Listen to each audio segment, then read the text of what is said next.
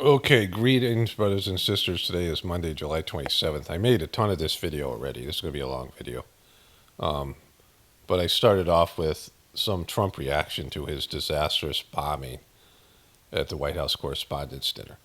And so then he went to True Social. And, you can tell what an insecure little bitch he is. Like, this is, you know, understanding what goes on inside of people is relatively difficult in terms of the chaos that is inside a human being, right? Somebody like Trump specifically. But there are times where you know exactly what's going on, you know, going on in somebody's internal world. So Trump bombed at the White House Correspondents' Dinner. He made the mistake of not having a comedian come up and make fun of him, which is what you're supposed to do. He didn't like that. He didn't want to, he doesn't want people to criticize him. He doesn't want to be made fun of. So he decided to give an hour-long Trump speech, which he ad-libbed a bunch of it. He botched all the jokes, and he fucking humiliated himself for over an hour. It was absolutely brutal, to an audience that wasn't receptive to it, because, even the Fox News people weren't into it, and the rest of the people were totally not. And so instead of just like going home and feeling humiliated and being, whatever, like just letting events unfold to erase the evening, he decided to back up all of his jokes on True Social, going on a midnight rant. So he started off here with Caitlin Collins on Dylan Mulvaney's body, which is a huge mistake. Like, that Caitlin Collins stuff was really cringe, and it really bombed, and it was unnecessary. She won an award, and just like, he went with that. So then he brings in Bruce Springsteen, Born in the USA,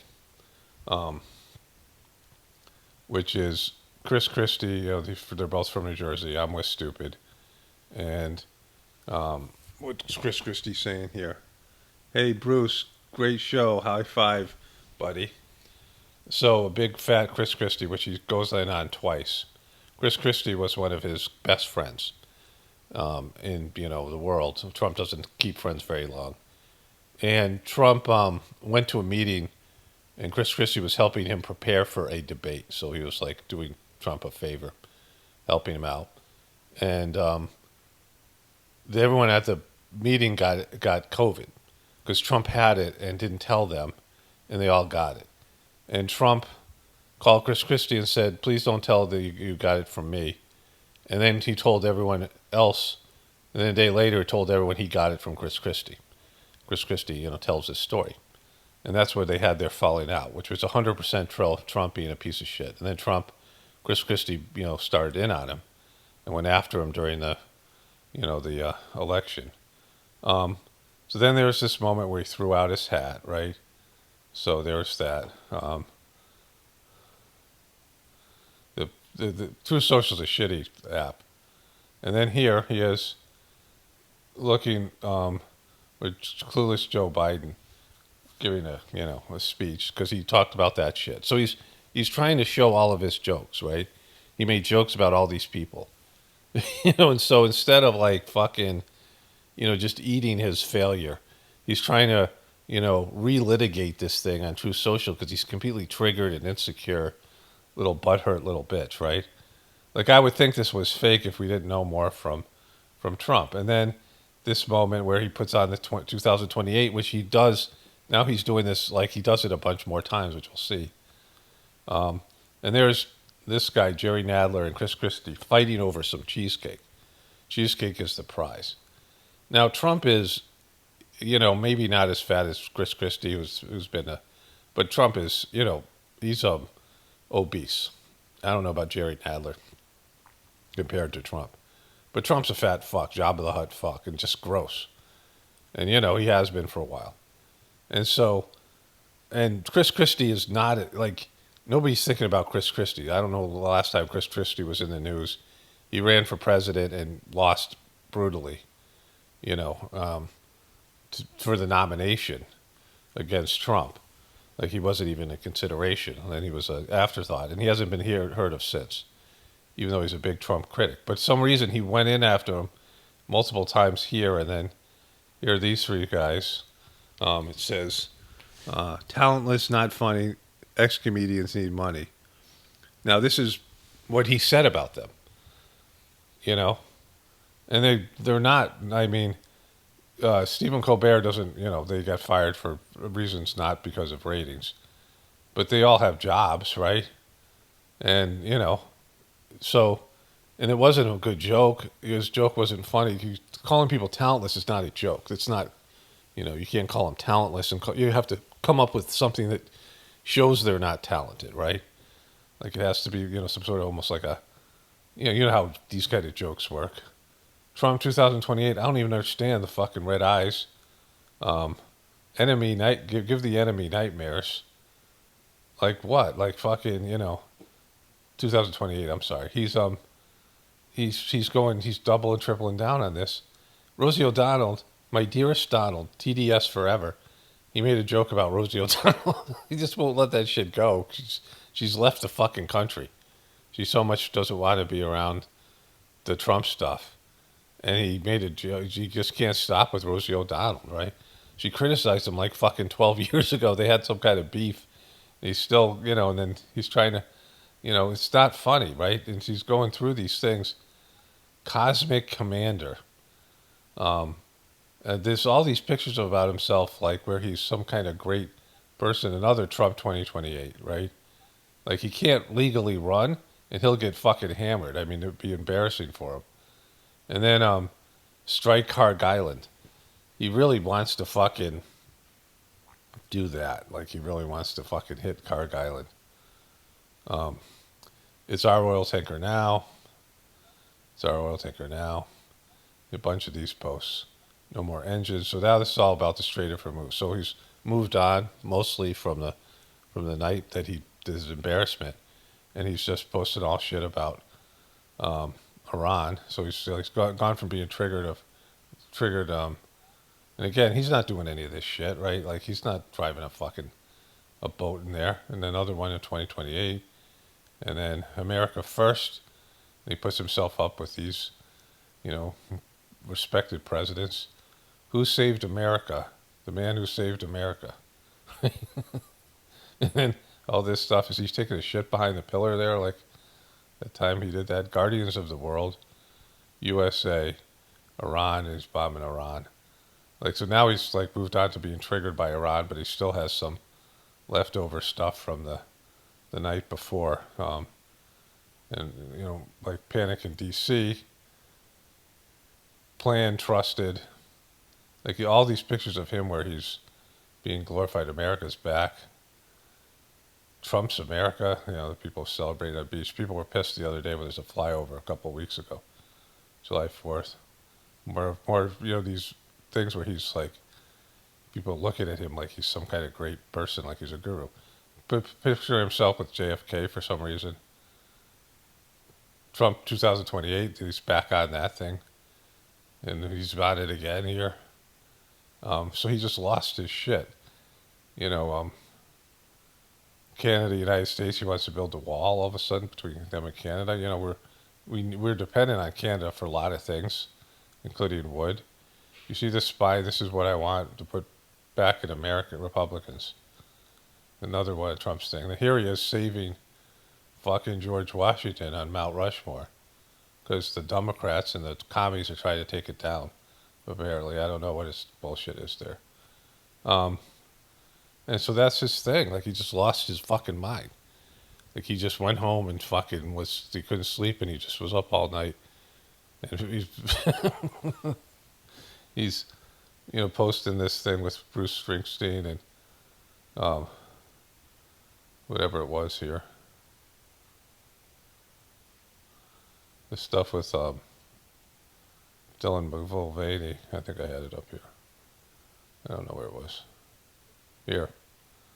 Like, Jesus Christ. I mean, just, like, let it go, bro. Let it fucking go. It's just fucking, just humiliated himself. Like, he just shows, like, he's not, like, in control of his own insecurities. He's, like, I mean, he's a broken, fucking, weak, internally weak piece of shit, right? Just horrible. All right. So that's Trump. one more thing about this, right? Um, you know, you accusing Caitlin Collins of being a man because she's got a little bit of a mannish thing going on, right? But she's a biological woman, and so if you're making a joke about somebody, now first of all, Trump is making jokes about people he has problems with, that he has a beef with, right? And he said, "Oh, you guys, if you guys heard my original speech, you guys would have been done." Yeah, like this. I mean, all of his jokes are going to make him look petty and insecure and like a little bitch. Like there's no any joke about Caitlin Collins or Rosie O'Donnell at this point. I mean, let it fucking go, bro. Like nothing he could say is going to, um, you know, make him look good and make them look bad, right? But if you're accusing her of being a biological male, is one thing. But if you're saying she looks like a biological male, she looks like a transgender, that's just fucking mean, right? Like you can't say that about a woman. Like you can't say that about a biological woman. You can't go out there. I mean, if you're accusing her of being a man like Michelle Obama or something like that, if you're saying Caitlin Collins is really a man dressed up like a woman and is a transitioned man, then that's one thing. But if you're not saying that, it's fucking mean. Like you can't. It's a horrible thing, right? And to do it like when she's just won an award in front of her peers, like that isn't a fucking joke. That's like a freaking assault, right? It's like battery. Like it's really brutal. It's really bad. And to compare her to Dylan Mulvaney, right? That's like one of the worst things. And the joke, he messed up the joke. He didn't, it was a bad joke. Like it was, but the way it was written, the joke itself, like he could have said something. There's something there. Maybe she looks a little bit like Dylan Mulvaney or a little bit manly, but it's just like a joke you don't do. And it's not that kind of a roast, right? Where you just go out and hey, Caitlin, you look like a dude. And then to double down and do this thing. Like everybody, you've already lost. You humiliated yourself, and now you're making it look fucking worse, right? Like if you ever see that movie, 40-Year-Old Virgin, where Steve Carell, he's playing cards and they all realize he's a virgin. And he's like, can't sleep. He's like, humiliated all night, tossing and turning. And then he goes, okay, it'll be okay. And then he wakes up, he goes, oh, this is going to be bad, right? Like everyone at work is going to know he's a 40-year-old virgin. And he's, like that thing that happened where something happens and you really, like you're really embarrassed and you can't sleep because you're fucking humiliated yourself. And, it's something like this happens. I mean, what Trump did was, just a kind of a normal day for him, but it was, it was the White House Correspondents' Dinner, which, we're not even talking about that fake bullshit assassination attempt that happened. And apparently there's another one coming. I'll cover that next. But Jesus Christ, this was bad. Okay, just one more thing to add here. Trump said that he had this brutal speech and these guys all got off lucky, but, I don't think he had anything more than what he put out here. This wasn't some mild version of it. And, there's a lot of mocking and shit talking on the internet. I'm not such a big person about people's feelings and, whatever, emotions, egos, right? It really doesn't matter. What other people think about you and say about you means nothing. I've experienced that with the comment section. People don't know who you are. They don't know even the good things they say about you. Like, they don't know who you are, right? They don't know, they know parts of you maybe at best, but usually they're thinking about things that resonate with them or they interpret you as them or whatever. Most times they're thinking about themselves and talking about themselves.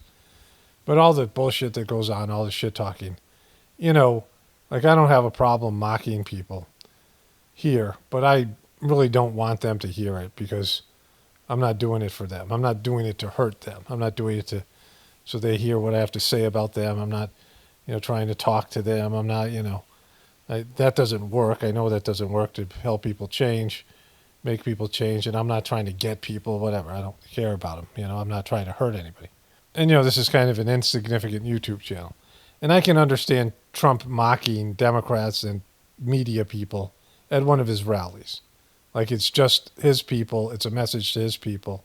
And I don't care about that. And, when they talk about these things that are said at these rallies, when people are talking to their group and they say something that's meant for their group, I don't give it as much credence as something that's meant for everybody, right? But, calling Caitlin Collins a dude, like, I mean, there's just no, it's just mean. Like, if he's accusing her of being a transgender, like I said before, that would be one thing. If you're saying that she's a man pretending, man, biological man who's somehow been surgically altered to be a woman, if that's what you're actually saying, that's one thing. But he's not saying that. He doesn't believe that. What he's saying is she looks like a man who looks like a woman, or is pretending to be a woman, or dressed up like a woman, or whatever it is, right? Whatever, has transitioned to be a woman, or is a man in drag or something, which is really fucking mean spirited to do in a night where she gets an award and it's right in front of all these people. It's just fucking mean, right? Like, it's just uncalled for. Like, you don't do it there. Like, it's not necessary to the night. I mean, you're just looking for anything to say, and there's no excuse for it. It's just being an absolute little fucking bitch, right? It's a total bitch move and a bully move on Trump's part. I mean, like I don't care about these things, and everyone has to answer for their own bullshit. But and I don't have lines that you have to, like, things that are cross the line. This thing crosses the fucking line, and not because Caitlin Collins is a good person or isn't a piece of shit and works at CNN, because she is. But, like, that was unnecessary. Like, it's not something where, I mean, if somebody orders the death of so many people, drops bombs and missiles, drones kids, kills children, like Netanyahu's doing. I mean, people get angry and say shit on the internet. That's totally acceptable, even if they say it to his face, and it's not going to do anything. But if people, throw shoes at President Bush, or say things to leaders, or ambush journalism, some of these people, for things that they actually do that hurt people, and corporate fucks or whatever, and even these piece of shit that lie at CNN, that's one thing. But just to do these random insults, right? Because all women are insecure. Like, all women have issues. I mean, just men in general, men as well, but women, especially men, now young men, because of the they're wearing makeup and doing all that shit. But there's this overwhelming effort to make women feel like they're not good enough, they're not pretty enough, whatever. I mean, everybody should know that. And then to come out and say, "Hey, you look like a fucking dude," in front of all of her peers, all of her colleagues, nationally televised thing, to single her out. And, like, it was a 5-minute fucking butchering of some really bad jokes, right? And if he landed some funny jokes and it was done in a funny way, but, like, they're not cool.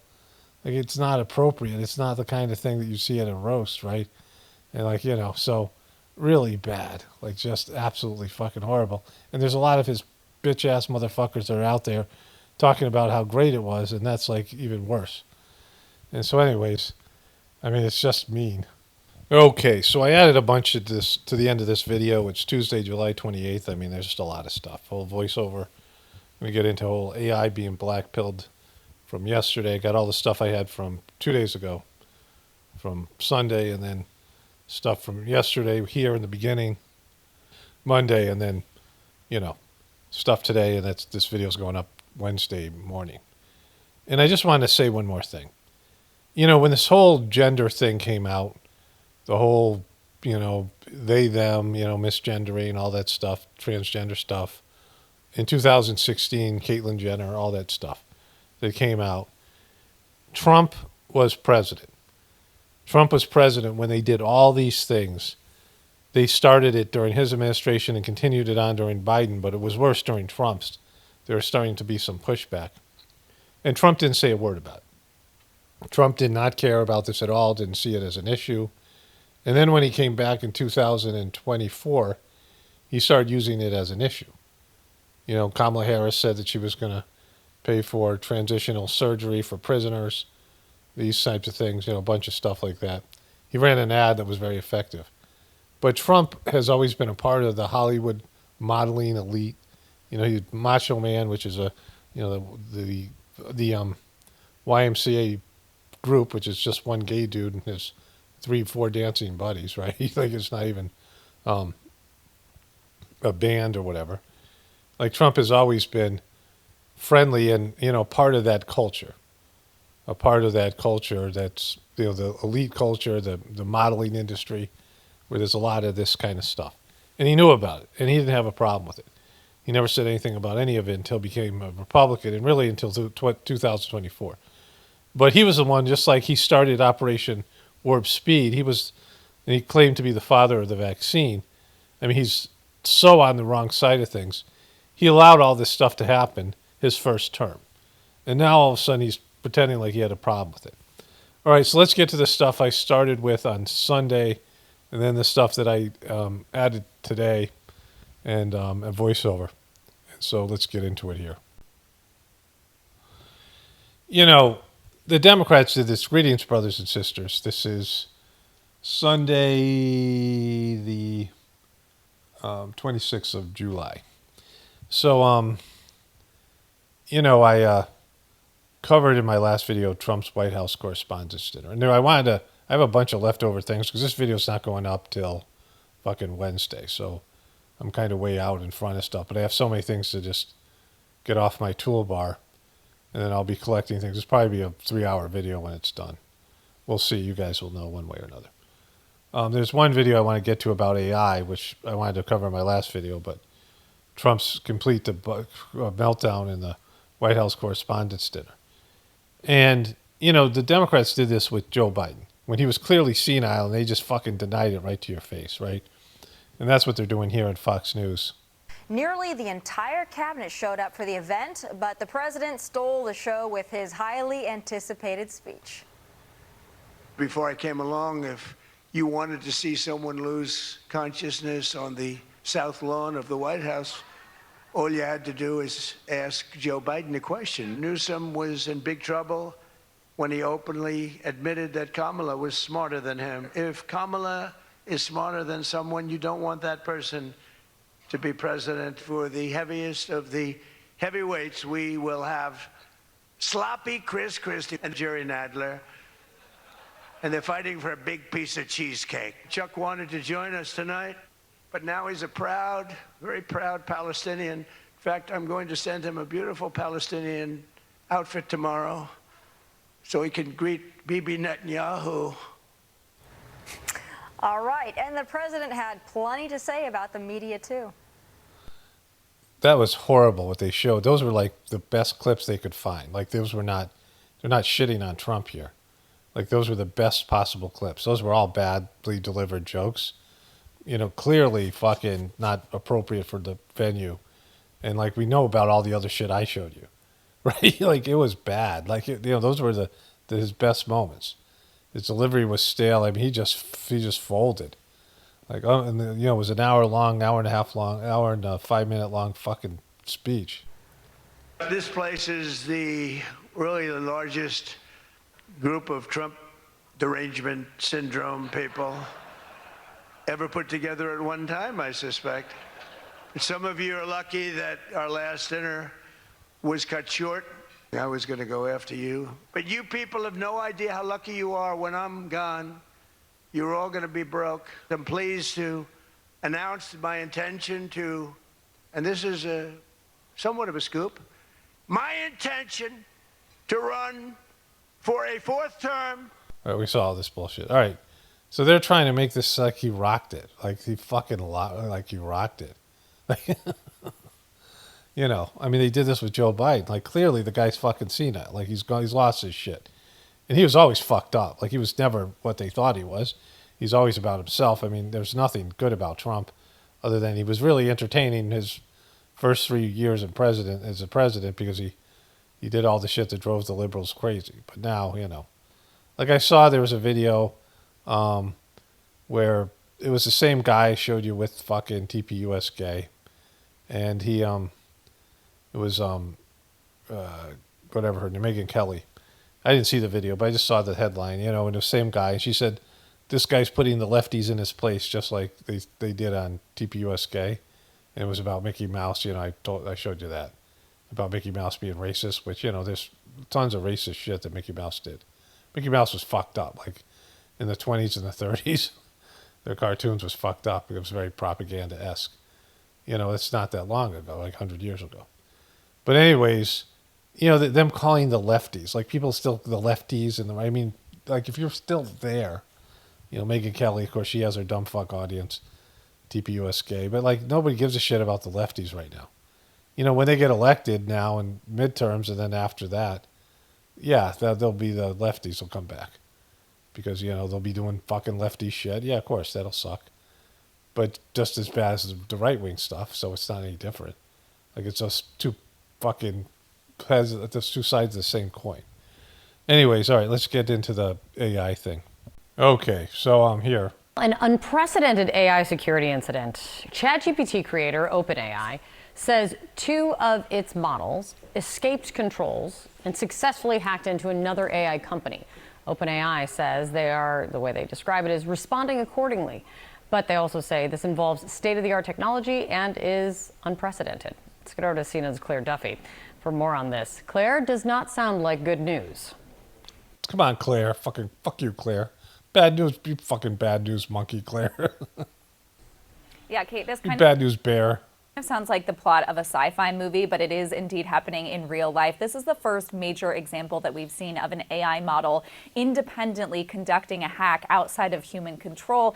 And this is something that experts have been warning about. This is also driving some of these conversations that we've heard, including at the White House, about increasing controls and oversight of AI models. Okay, if this isn't being done intentionally, then, you know, this is just the beginning of shit that's going to fucking totally happen because everyone said it was going to happen.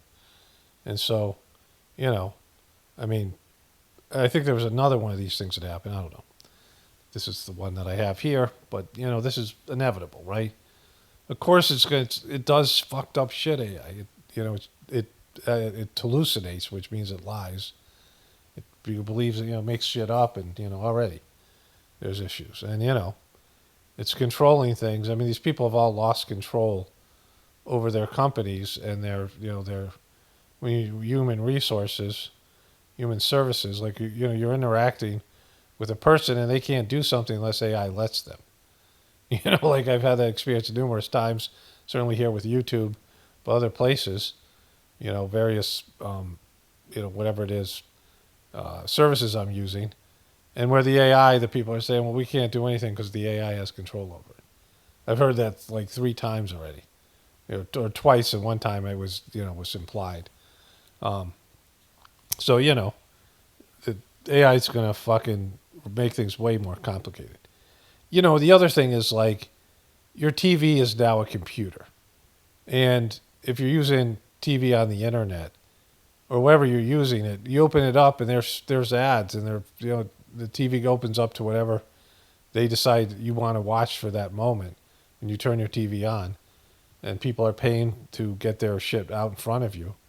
And like you got all these complex apps and things, and you're going from one app to another. And I'm like, it used to be way faster when I used to get up when I was a kid and turn the fucking dial with I had 4 channels.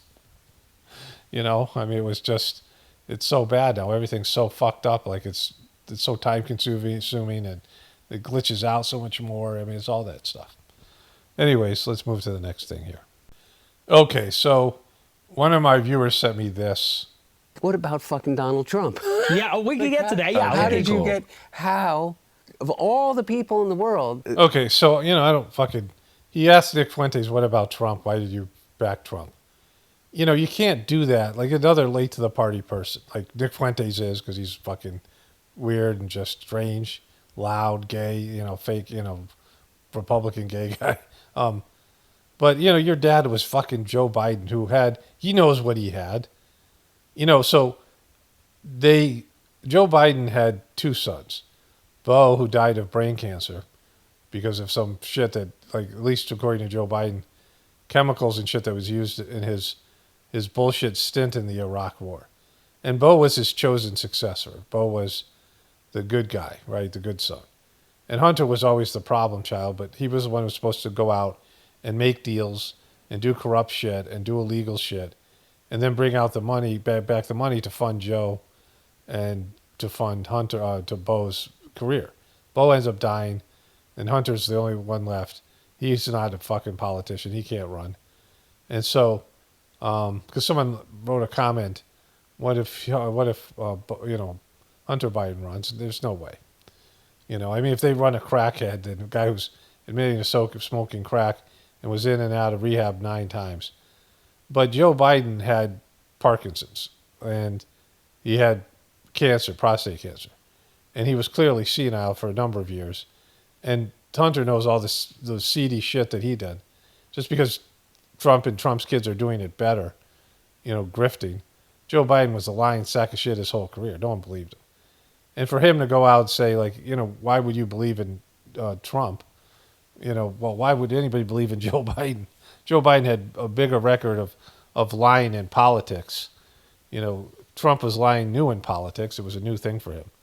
But either way, like, yes, no one can talk about this. The only people who can talk about it are people like me who have seen through the left-right paradigm, or see the left-right paradigm for what it is for years. And there's no fucking difference, right? There's no difference between the two. Like, you can't constantly be going back and forth. Boy, the Republicans suck. They lied to me. Boy, the Democrats suck. They lied to me. Like, how many times are you going to do that? Like, you just keep on bouncing back like like you're playing a game of Pong, you know? And you keep on getting screwed over. So I'll check Twitter in a bit to see if he's changed the whole conspiracy thing that he said about Candace Owens. But as of right now, he or Turning Point USA have not apologized or changed anything or did anything differently. He might have erased the post, which would mean, you know, something. And well, like I said, I'll look to see if he's got rid of the post. But other than that, this Blake Neff, they're not dealing with it, right? Like, that's a major problem for a guy who got fired from Fox News for being racist, right? like one of the hardest things to do. But here, we brought Mikey in, and he was so young. Okay, so this is Tyler Boyer, who has been. Candace Owens said she had info that he was grooming boy interns. He's married, you know, I believe he's Mormon, and he's a guy who was in charge of TPUSK. Like, he hired everybody. He introduced Erika to Charlie, and you see he's very effeminate here. And he was so young as a Charlie's assistant and handler. What and what? What was Mikey McCoy? His what? Handler. His what? Handler, and has been around like this guy. Watch this guy look what he says right after it says here. And handler, and has been around like again one-on-one with Charlie. We have two more clips. Most of the videos you see of Charlie, Mikey is taken over the last 5 years. Next to it, or yeah. we have 2 more clips. They're short. I'd say just play them both, 87, 88. So this is 3 or 4 days removed from this. This post was put up. What does it say the date here? The 22nd of July. So it's 4 days ago. He talks about Tyler Boyer here, and then he says, but that's what she needs to push her narcissistic conspiracy slop. That's fucked up. Like, he hasn't deleted the post, and that whole thing about and Tyler Boyer saying that Mikey McCoy was Charlie's handler. Bad choice of words. Like, they can't just fucking. I mean, they keep on fucking stepping in shit. Like, they can't. TPUSK is the best for just being like the worst. So this is hilarious. Is America, the government workers, and our reputation. Well, I will say on behalf of many Republicans out there, I think we would love to have you as part of the Republican Party. I'm just throwing it out there, Senator. I don't know if they would want me or not. But my whole family is a Republican, and I think they love me. I'm sure they do. I'm sure they do. Maybe my dad's watching it. Okay, so this is so bad, right? This, for her to say this thing here, like, the Republicans would really love to have him. Now, first of all, he fucked up Pennsylvania for Trump in 2020. He was in charge of he was a lieutenant governor in charge of the election stuff. And Pennsylvania had the most shady shit of any of the states. because they didn't really have a policy on mail-in votes like 3 weeks before the election. They still didn't know what they were doing. It was like chaos. And Fetterman came in and he made sure that Trump lost, Biden won. And everybody in the Republican Party hated him for that. And then he ran for senator, and they still didn't like him. And he had the worst debate ever. It was, he started off, good night, everybody. And he somehow beat Dr. Oz, which, is a part of Trump's current administration. And so that's fucked up. And then everyone made fun of him on the right, and, truth community made fun of Fetterman for months, for years. He was sworn in as senator, and he went to the hospital, and he was depressed and suicidal. And he didn't start his job for like 3 months, missed his family's birthday and Christmas, like all that shit. And he was in the hospital, and one of his co-senators went to visit him to see if he was okay. And the guy said he was just sitting there catatonic, making figure 8 signs with his finger. And then he finally start doing his job, and he couldn't understand people. He had audio processing issues. Every person sounds like wah, wah, wah, wah, wah, wah. And so that's why he has to read what she's saying. Like, she's talking, and he has to read what she's saying. And, like, he needs this when talking and listening, he can't talk because he fucks things up all the time, his audio processing issues. And he can't understand other people talking. That's like 95% of his job and his public appearance. And he chooses to wear like the sloppiest fucking clothes, which, I appreciate because I dress very similarly. The difference is my job allows me to do that. Like, you can't do it. Like, you don't get that job if you want to dress casually, right? And so the Republicans have savaged this guy for years. But because he's so taint-licking Netanyahu in Israel, they want him, right? And they're going to forgive all his incompetence, mental incompetence, and the rest of it. Love to have you as part of the Republican Party. I'm just throwing it out there, Senator. I don't know if they would want me or not. But my whole families are Republican, and I think they love me. I'm sure they do. I'm sure they do. Maybe my dad's watching it. But overall, my criticism directed is at the extreme, and in my view, indefensible kinds of views, things. People that are winning the primaries, they are almost always anti-Israel and then anti-American, and they. Yeah, but it's worse when they're anti-Israel, right, Fetterman? And he still can't articulate shit, right? They've been forced to delete all the outlandish things that they've said there. Boom. And like, you've had to delete nothing, right? He's done anyway. He's not going to, Pennsylvania was stuck with him for 6 years. He's got, I think, 2 more years. So either way, but, he's, it's completely fucked. So someone did this, a close-up of her face when she says it. Watch her eyes. I will not break you, and you will not be shaken, because you are covered by the blood of Jesus. I will not break you, and you will not be covered by the blood of Jesus. Look at her eyes. Look at her fucking. She went full demon there at the end because she has that fucked up contact lenses. But what a weird thing to say. Covered by the blood of Jesus, right? Like, do you guys ask Jesus about that? Like, is Jesus psyched about that? Is that what, again, his disembodied soul won't care. But, like, as a physical person, no one wants that shit, The Christian tradition, religion is so bloody, so filled with torture and blood and all that weird shit. And she's just an absolute disaster, crazy as fuck. All right. And just, there's her demonic eyes, but it's also the words that she's saying. So all of this is old. There's a meme that came out today about how Trump said you can't have nuclear weapons to Iran because you're a terrorist, and that Saudi Arabia did 9/11 and some other bullshit. And they ask, can we have nuclear? And he says yes, right? Which is not, totally accurate, but, whatever. This is from some days ago, and by the time you watch this, it's going to be really old. It was supposed to go in my last video, 2 videos ago. But it's still good. Like, continue on the Saudi nuclear deal. Do the Saudis agree with this interpretation since it wasn't part of the initial agreement? And has the president talked to MBS since this new condition was announced? As you know, the president just put out this statement a few hours ago. tweet, truth. I don't believe he's had a call with MBS in the hours since. However, this is something that he has raised in previous conversations and has also said many times in the past. John. So what it means is he is just look at her fucking lips are so weird and fake. Like what that means is that Trump fucking made a unilateral decision just to tweet something out without working with his partners, which was Saudi Arabia. Like he does shit like that all the time, right? Like it's just totally Trump.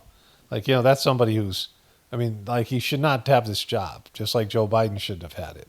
So I guess this is Candace Owens reading this exchange she had with Charlie Kirk. Did not apologize for saying genocide is always wrong. Charlie said, good. He continues. I've told all the Jews recently to go to hell who try and tell me to stop. I said, it's unreal. It's an implicit threat. He said, BTW did the flight workout okay. I was 40 weeks pregnant, and he was helping me to find a plane last second. And I said, by the way, you are featured in my Tucker interview that just dropped. I defended you hardcore. I forgot to mention that he just hardcore dropped it. And he said, thank you. We are on the same team. Screw these people. And I said around the 20-minute mark. And he said, thank you for doing that. I really appreciate it. Very few of us are willing to stand up to the cabal right now. I said, thank you so much for having my back. You always had his back. I have yours. I have yours, Charlie. I have your back. Really so disgusted by what they did to you. Years of service. But who had his front? Did anybody have his front? The pro-Israel cause, and no one cares, treating you like you are only as good as what you can do to them. The plane worked out great today. Thank you so much. It made all the difference. This pregnant, LOL, I'm literally 40 weeks. And he wrote, absolutely, we are on the same team. People are waking up, and it is finally happening. He continued, it is so transactional. I am repulsed by it. For years, I was called a Jewish shill.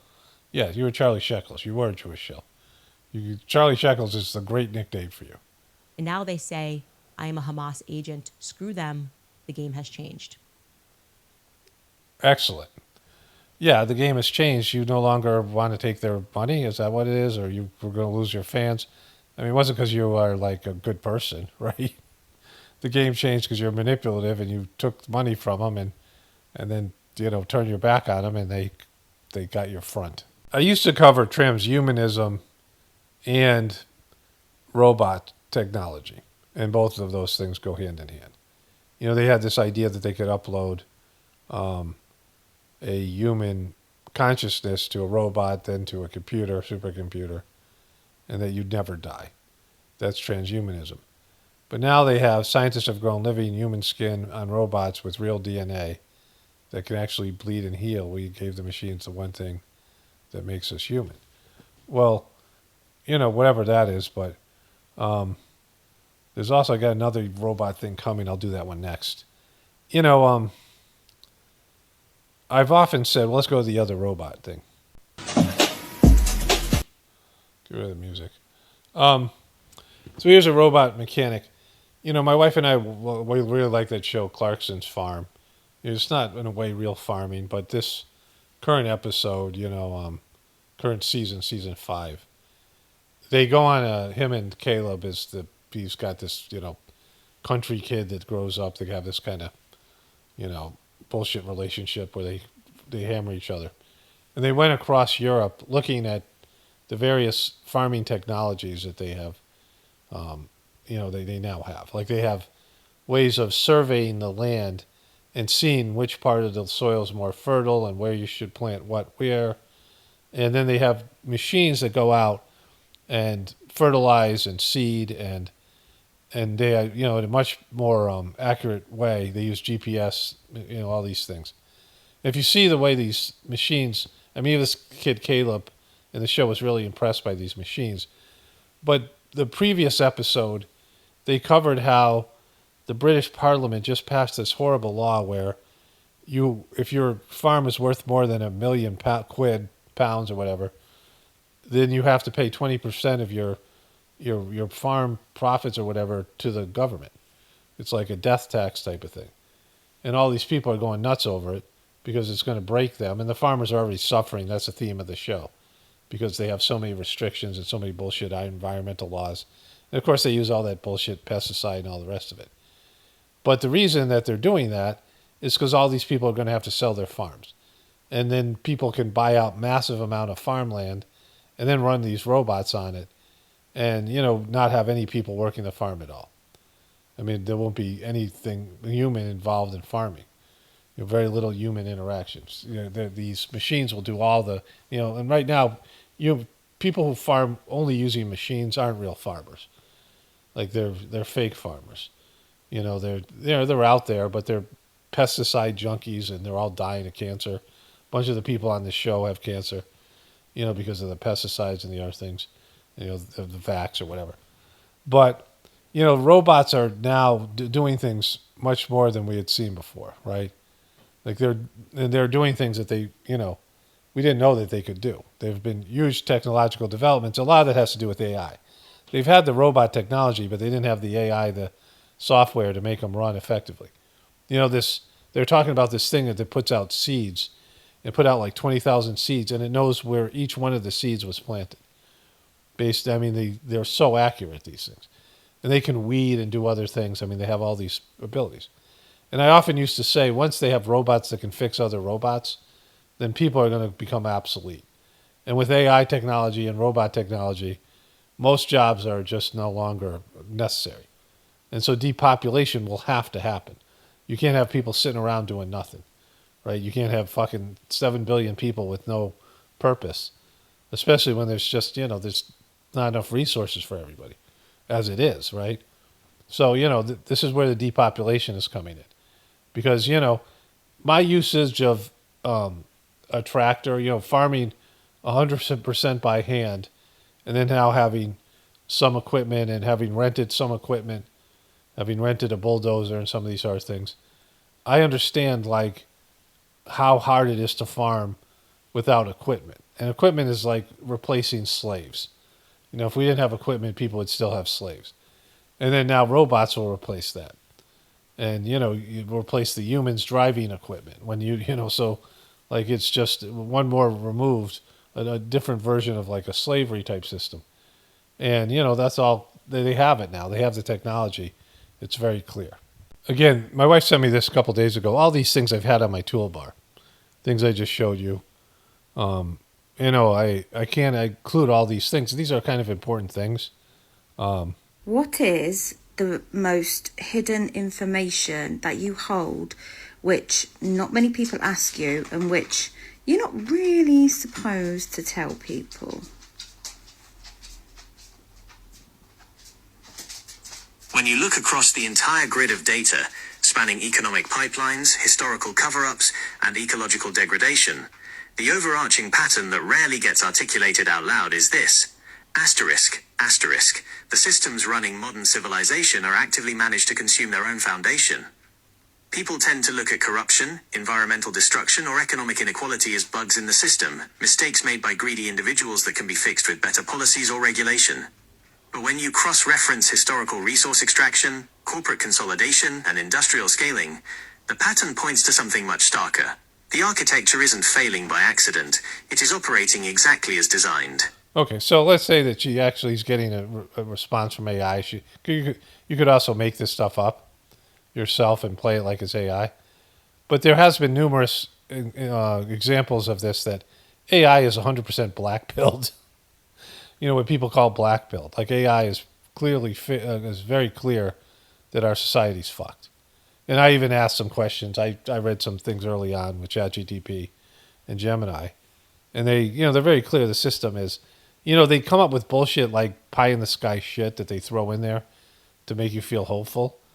Like, oh, we can reverse it or whatever. But there's, after you stack all the facts up there, and all the, you look realistically at our situation, there's no way, right? There's no way. Like, you can't fix the system. And it shouldn't be fixed. It's a demonic system. But anyways, AI is blackpilled. Okay, so I haven't been keeping up with the Lego videos, but this one happened. Okay, so they're calling him Netanyahu's bitch. I mean, Trump is a pedophile. They're calling him a pedophile. Don't you forget, you marketed fear and sold it to the working class. Facts. Promised them the world, gave them nothing but gas. Okay, you get the idea with that, then it. Like we tremble and fold. Nah, son, Iran don't get threatened. Iran just gets cold. And he's eating pizza here. They really push the pizza stuff. United States of Israel. Netanyahu's dead. Trump is a pedophile. Don't you forget. Yeah, don't forget about that. Just don't forget. You know, I don't know at this point. I mean, I think Trump seems kind of cooked. I don't know. Right, whatever. They also did one on Charlie Kirk. In this one, they talk about how Charlie Kirk didn't want this war with Iran. And then they get into the exploding mic bullet bullshit thing.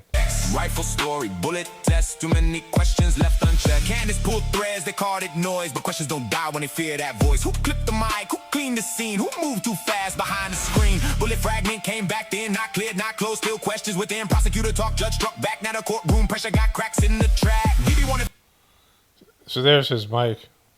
Charlie said, wait, don't hand America another war state. He wasn't Iran, he wasn't outside, but truth is truth when the war machine lies. He saw the trap before the blast, said that road turns nations to ash. Then headlines spun and the war got sold. Now the mic check echoes through the code. Hot mic glow. Hot mic glow. Black shard shine. War drums roll. Right on time.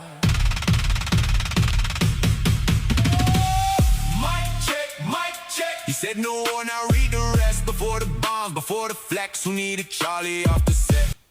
All right, so you know, they watch more truther videos than the majority of American politicians, and they're definitely getting into it.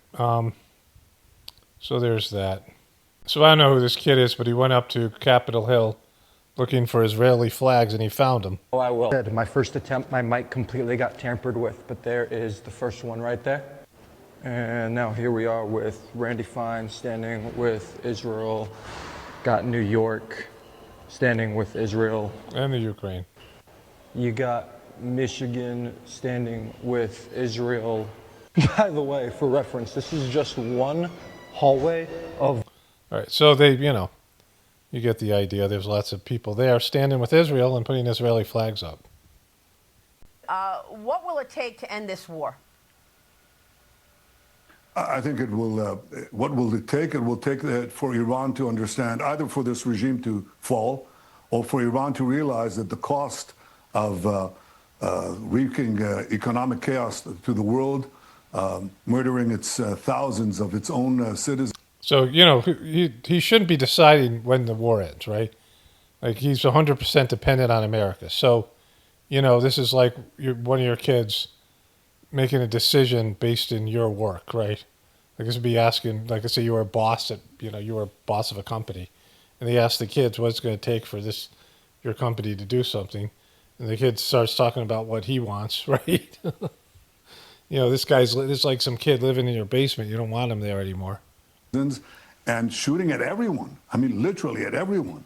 At Saudi Arabia, at Bahrain, at Qatar, at Kuwait, at the UAE, at Israel. So, they botched the peace deals by going into Lebanon, which Trump said, Israel has to understand, Netanyahu has to understand that if they fire a drone, like someone in Lebanon, it's probably some bullshit false flag thing, fires a drone that lands in the desert in Israel, it doesn't hit anybody, you don't get to go take down the whole building and kill everybody in it, right?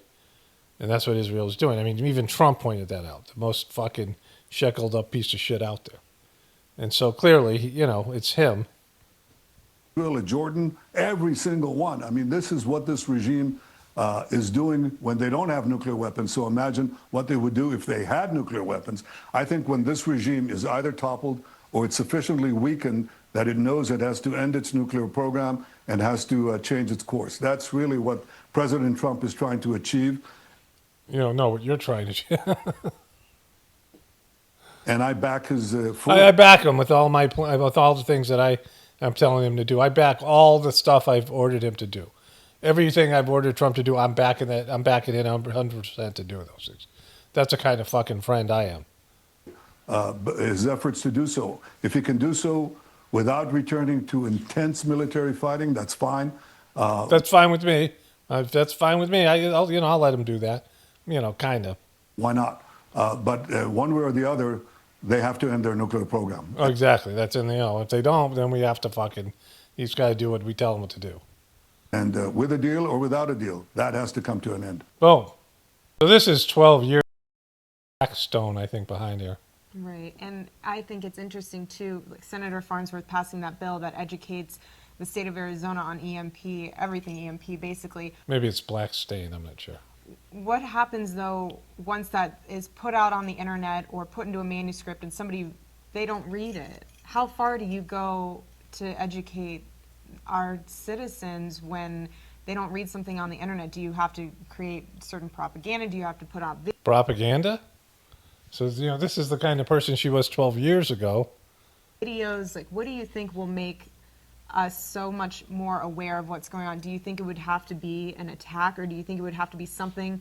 I know it sounds terrible and I'm not wishing anything, but do you think it would take something? You mean like a false flag attack? Like, fake assassination attempt or something? A real assassination attempt blamed on some trans furry lover guy, Something so catastrophic for us to open our eyes and say, this is real. Because I feel like if we're just reading a manuscript or something online, we're going to be like, oh, Manifesto? Manuscript? it could happen, but I almost feel like something has to happen for us. Just like 9/11 was a horrible thing and it was catastrophic, but it opened our eyes to the reality of the world and it got us out of it was kind of a blessing in disguise. It was really great. Just like if my future husband is to die and I'm going to take over his company, it seemed like a tragedy, but also our little bubble that we live in here in America. That may be the case because there have been extraordinary efforts to educate the people. Part of those efforts you can see on the wall behind us, even to the point of making movies, to bring people in to get. Right. Yeah. Where's Blake Neff? All right. There was some conflict here. Blake just admitted he was cremated, acknowledged that Charlie's body was evidence that TPUSK had to dispose of, admit there was nothing but an empty casket at the bottom of his grave. Well, that it is true that at Charlie's actual Catholic Mass burial, which was the day before the memorial event, that Erika made her own family members and everyone present sign NDAs. That's what I was told. That she was told. By who? Her imaginary friend? By some random wino crackhead that just happened to wander across her path, right? Her husband? Somebody told her that, right? But maybe it's true. Maybe it's not. Who knows? But we know Blake Neff isn't having any of it because he says this. Again, this is none of your business, you vile witch.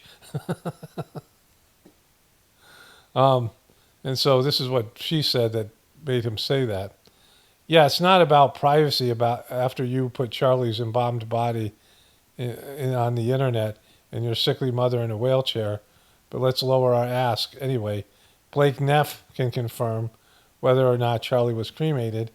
Simply yes or no at Andrew Covet. Films Charlie in his coffin for social media, films her sick mother for social media. When it gets asked where Charlie is buried, she can't say nothing. So remember she said this here. Talk to me about this part of the conspiracies that are out there, this disturbing part that people are trying to guess where Charlie is. Can I have one thing? Can I have one thing? Can I have one thing? Can I have one thing? I did put it out. I put my hand on his dead fucking mannequin hand in the casket. And I put my hand in there and I cried and I had somebody film it and put it on Instagram. And I cried. I said, I love you. And then I had this big gaudy fucking funeral with fireworks and shit 9 days later with celebrities, kind of a service. I don't know what the fuck it was. I held up my devil's horns with Donald Trump and I cried. And I showed everybody. I gave a speech 3 days after he died. I showed my mom in her wheelchair and rolled her around and said, this is where I was when Charlie was being shot. So I have an alibi. My mom, this fucking decrepit old bitch in wheelchair. Can I have this one thing though? I know I did all that other stuff. Can I get one thing just for me? Can my children have one thing? They did get they got $2.5 million in GoFundMe money. Everything was public. We will be building the most beautiful memorial for my husband at Turning Point USA, and it will be for the world to. Turning Point USK. And it will be spectacular. Spectacular. And it will have basically museum style for our Charlie, for my Charlie. My Charlie. But can I have one thing? Can my babies have one thing where we hold it sacred, where my husband is laid to rest, where I don't have to be worried about some secular revolutionary coming and destroying my husband's grave while my daughter is sitting there praying? One thing. One thing. Just one thing. How many things you want? This is my husband. Yes, he was Charlie Kirk to the world, and I know so many people love my husband, and I am grateful for that. But this is my husband, and I want to be able to have one thing. And you know, you did get his company though, bitch. Is that not enough of a thing? Left. That is sacred to our family, to my in-laws, to my babies, and to my parents. One thing. Just one thing. One fucking thing. Can I have a fucking thing? His game apparently is Blake Sneff. Blake Sneff. This is the best part about it. Again, this is none of your business, you vile witch. Calling again someone's a vile witch after he called her conspiracy slop, or said that she's doing conspiracy slop.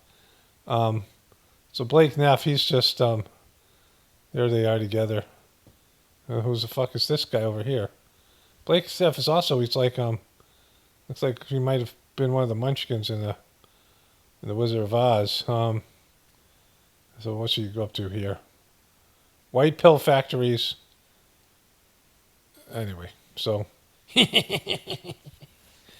got a whole look at. He's got all kinds of models here. I don't know what the fuck's going on with Blake now. Again, this is none of your business, you vile witch. All right, so that's Blake Neff. Okay, so this is Sam Altman, the guy in charge of OpenAI that does ChatGPT. Number one, we are close to creating a genie that can grant any wish. What? What if the person's wish is more wishes? Number two, we are going to make sure that our first wishes broadly benefit humanity, and that we kind of get the world to a place where a lot more people get to have a lot more wishes. And exactly. Well, good for you. What wishes do you think we can have? Name the kind of wishes you're talking about. Number three, the space of what you can wish for is incredibly big and creative, and it'll be quite exciting to like figure that out with real sort of human values and preferences. But I think there's a fourth thing too, which is exactly that. You start making these wishes, the computer grants them, and then you're like, I didn't think that was going to work. Yeah. What now? What now? Depression sets in. It's a weird feeling. It's a weird feeling, depression. You get really depressed after that. And, you know, wishes almost always lead to, you know, in the ancient Indian, let me just switch over to voiceover here. Okay, so I got a couple comments to get to here. One in particular just came in, so I thought I would address them.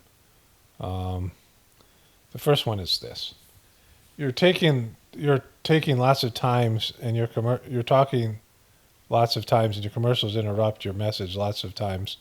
I just quit the video. Can you just put less commercial? I know it's your bread and butter to you. Well, I can't. I mean, you know, if you missed it, I was putting my ads in places where I liked them, and you know, I was putting maybe 3-4 ads in a 2-hour video, and I was making no money. Like $25 a video. I mean, it's you know, it's still under what I need to make. I mean, the ads is in a good way. I can, you know, I can go and the videos come out as a member. If you want to listen to them there, you could pay extra money and go be a member, right? And I release these videos on the membership before then, you know, for the whatever that is. I don't know if you guys are seeing commercials on the membership thing, so I don't have that. But either way, you know, I can't do it, and so it sucks. But that's what YouTube has reduced me to here in terms of the amount of commercials. I'm surprised they run that many commercials because I'm not seeing any of it. It's not really effective. I don't have it. I have to have another, you know, maybe a paid program where I just release my videos and people have to subscribe or something like that. So then this person says this, and this is to Americans turn on Promised Land, and Trump says smart people want to have whatever those things are. those power plants, what are those data centers? This person writes, so you believe in spirituality, and meaning instead the person should means while. So you believe in spirituality while at the same time believing in God, believing that God would allow a world where human beings in charge will cull the population. It just seems more probable that we're in a realm where folks that pissed you off like Biden are actually not senile but played by actors such as Tim Allen. Okay, so let's just address the first part of the comment, because this person doesn't know what I mean by spirituality, right? Like, this person has no idea. Because what this person is saying, instead of being a dick, you could say, what do you mean by spirituality will save this world? Because you don't know what I mean. Like, you're saying, so you believe in spirituality while at the same time believing God would allow a world where human beings in charge will cull the population, with question mark. Like, that's not a fucking question mark. Like, that's not that's not what I mean by that, right? Like, that's not a question because it's a statement. You're trying to define what I believe, and you don't know what I believe. You have no fucking concept, right? And so when I talk about spirituality, I'm talking about connecting to the divinity within you. And what that allows people to do is make less shitty decisions and be be better people with better character qualities, which is what's desperately needed, right? Anybody can kind of grasp that as being, at least authentic or legitimate. I would say authentic but legitimate way of thinking, right? Because, you'd have to try it and see if you incorporated God into your life in some way where you could feel God's love and you were, connecting to the divinity within you. Does that elevate you as a person? Does that make you a better person, right? So, I know that factually for myself and other people, my brother, for example, and other people that I've seen who did the Sajmark meditation become better people, right? Just elevate as a person. Vibrationally, character qualities, just the energy that the person exudes. That's what I mean by vibrationally. And so with this person saying this bullshit thing about time believing that God will allow a world where human beings in charge will cull the population. I've explained this over and over again when there's this question that people say, why would God, people want to blame God for everything. And you can blame God for everything. But the only mistake that God would have made would be giving you freedom of choice, right? And so if you didn't have freedom of choice, then yeah, of course none of these things would happen. But somebody's got to kill people. Like, you can't have everybody live forever, right? Like, you can't have overpopulation. And so there has to be some instrument for keeping the population down, right? As long as there's procreation, as long as humans are compelled to have babies. Okay, so I got a couple comments to get to here. One in particular just came in, so I thought I would address them. The first one is this: you're taking lots of times, and you're talking lots of times, and your commercials interrupt your message lots of times. I just quit the video. Can you just put less commercial? I know it's your bread and butter to you. Well, I can't. I mean, if you missed it, I was putting my ads in places where I liked them, and I was putting maybe 3-4 ads in a 2-hour video, and I was making no money. Like $25 a video. I mean, it's still under what I need to make. I mean, the ads is in a good way. I can go and the videos come out as a member. If you want to listen to them there, you could pay extra money and go be a member, right? And I release these videos on the membership before then, for the whatever that is. I don't know if you guys are seeing commercials on the membership thing, so I don't have that. But either way, I can't do it, and so it sucks. But that's what YouTube has reduced me to here in terms of the amount of commercials. I'm surprised they run that many commercials because I'm not seeing any of it. It's not really effective. I have to have another, maybe a paid program where I just release my videos and people have to subscribe or something like that. So then this person says this, and this is to Americans turn on promised land, and Trump says smart people want to have whatever those things are. Those power plants, whatever those data centers. This person writes, so you believe in spirituality, meaning instead the person should means while. So you believe in spirituality while at the same time believing in God, believing that God would allow a world where human beings in charge will cull the population. It just seems more probable that we're in a realm where folks that pissed you off like Biden are actually not senile but played by actors such as Tim Allen. Okay, so let's just address the first part of the comment, because this person doesn't know what I mean by spirituality, right? Like, this person has no idea. Because what this person is saying, instead of being a dick, you could say, what do you mean by spirituality will save this world? Because you don't know what I mean. Like, you're saying, so you believe in spirituality while at the same time believing God would allow a world where human beings in charge will cull the population, with question mark. Like, that's not a fucking question mark. Like, that's not that's not what I mean by that, right? Like, that's not a question, because it's a statement. You're trying to define what I believe, and you don't know what I believe. You have no fucking concept, right? And so when I talk about spirituality, I'm talking about connecting to the divinity within you.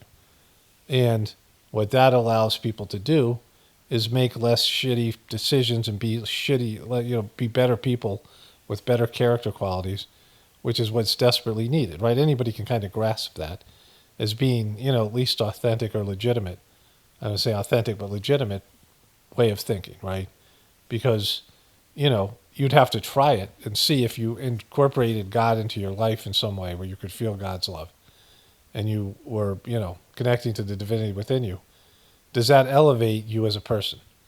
Does that make you a better person, right? So, I know that factually for myself and other people, my brother, for example, and other people that I've seen who did the Sajmark meditation become better people, right? Just elevate as a person. Vibrationally, character qualities, just the energy that the person exudes. That's what I mean by vibrationally. And so with this person saying this bullshit thing about time believing that God will allow a world where human beings in charge will cull the population. I've explained this over and over again when there's this question that people say, why would God, people want to blame God for everything. And you can blame God for everything. But the only mistake that God would have made would be giving you freedom of choice, right? And so if you didn't have freedom of choice, then yeah, of course none of these things would happen. But somebody's got to kill people. Like, you can't have everybody live forever, right? Like, you can't have overpopulation.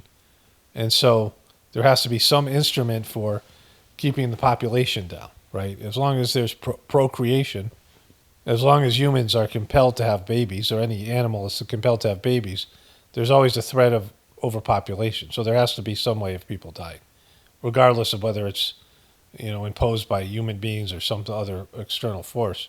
It has to happen. There has to be things out there, destructive forces, to keep the population in balance. And you see what happens when a species gets overpopulated. But aside from that, God gives people freedom of choice, because if there wasn't freedom of choice, again, God doesn't think. God doesn't have a mind. And so, all of us that have divinity within us, we have, a spark of God. We have a soul, something that's, like a part of the divine source, right? Then we're going to have to go on our own journey and learn to make decisions. And eventually we're going to give up that freedom of choice, which is the freedom to do wrong. Like, that would be the inevitable outcome. But if you didn't have that, then everybody would be like a robot and just would perform without any critical thinking skills, without any consciousness or awareness. A world where everyone just did what they were supposed to do because they didn't have any other fucking choice, right? You're given a choice, and people are given a choice. And if people choose wrongly, that's not God's fault, right? That's not God's fault for giving you the opportunity to choose wrongly. That's your fault. Like, you have the opportunity. Like, people have the opportunity to do the right thing. And so God isn't responsible for any of this stuff, other than giving you the ability, the God-given ability to make bad choices. There's only one right choice in any situation, and that's to do what God wants you to do. It's more of an attitude than it is a choice.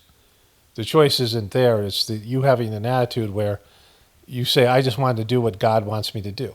And if you're doing that as a person, if you're saying every choice that you make, if you're saying, I just want to do what God wants me to do, then you're a wonderful person and you're not part of the problem, right? And everyone else can fuck off, because anybody who's making choices on their own away from what God wants them to do, knowing what the right choice is and making the wrong choice, whether it's just eating the wrong food, it's like they know it's bad for them, they know they have health issues, and they just say, fuck it, I'm going to do it anyway, right? Or any number of things where you make choices like that, where you know it's the wrong thing to do it, but you do it anyway, then you can't complain, right? Because you're just as bad as the rest of the people. It's just scaled different. Like you're a part of the, fuck you, God, I want to do what I want to do. I know God wants me to do this, but I'm going to do this. Or if you're not asking God, or you're not connecting to God and asking God, what should I do here, God? What should I do here, God? What do you want me to do? How can I serve you, God? If you're not doing that, then you can't complain. You're as big a piece of shit as anybody else, because you're part of the problem, especially if you're more evolved. Like some of these people are just pieces of shit that are caught in some time loop of demonic bad choices in past lives, or this is their first life, or they're not as far along as you are, and you're looking down on them, but you have the ability to do what's right, and you can't and won't. And so this is the problem that people have. They don't know what the fuck they're talking about, right? Like the person assumed that I am on board with God allowing human beings to do whatever the fuck they want, including cull the population, but there's contingencies in place. There's things that bring down a system, a planet, a species, and if you go too far, you cross a threshold, and all of a sudden there's no more human beings. Or human beings are beat down fucking seriously in such a way that they have to redeem themselves, right? They get such an ass kicking, and not because God delivered an ass kicking, because there are contingencies that, if there is wrong choices made, there are consequences for those wrong choices. And we all experience those consequences.